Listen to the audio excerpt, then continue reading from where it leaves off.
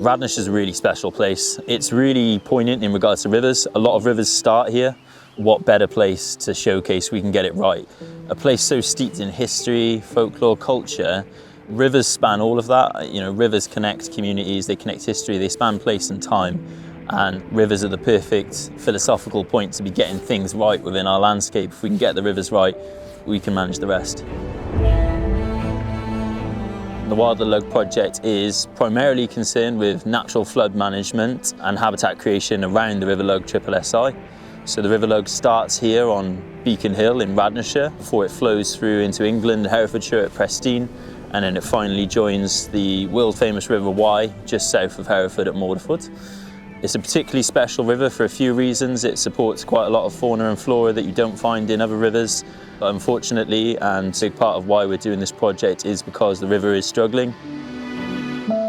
It was downgraded to unfavourable declining condition, largely because of high levels of phosphates and sedimentation.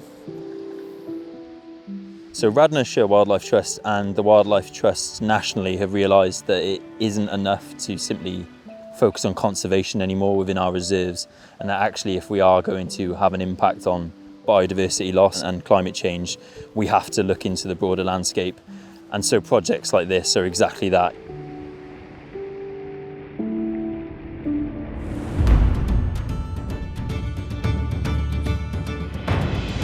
So there's a few ways we're going to tackle these issues. First of all is knowing what's going on. So a huge stem of the project is citizen science.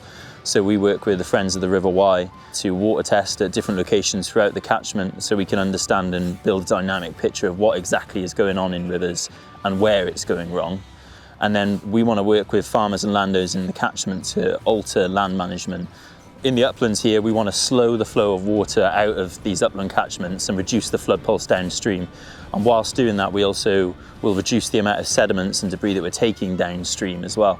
We want to do things like create wetlands, ponds, leaky dams, things like that that are going to hold and retain water in the upland catchments, as well as things that you might not think are natural flood management measures, such as tree planting, hedgerow creation. And the way we're going to achieve this is by working with the local community. It's not about us coming along and telling everyone what they need to do.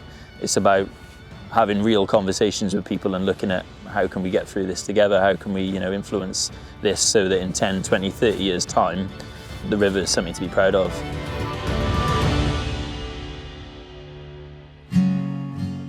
I think it's really easy, and a lot of the media gets caught up in who's to blame for the issues related to rivers. And my stance for this project's always been simple. I'm not necessarily concerned with who's to blame. The issue's complex. It's not to say that it isn't important that we identify that. Of course it is.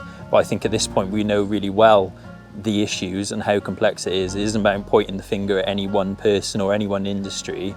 And it's actually about going, well, let's come up with the solutions and let's all work together to actually get to the bottom of this. We don't have the time to wait around and talk about whose fault it is, and what we actually are concerned with is just making the changes that need to happen now.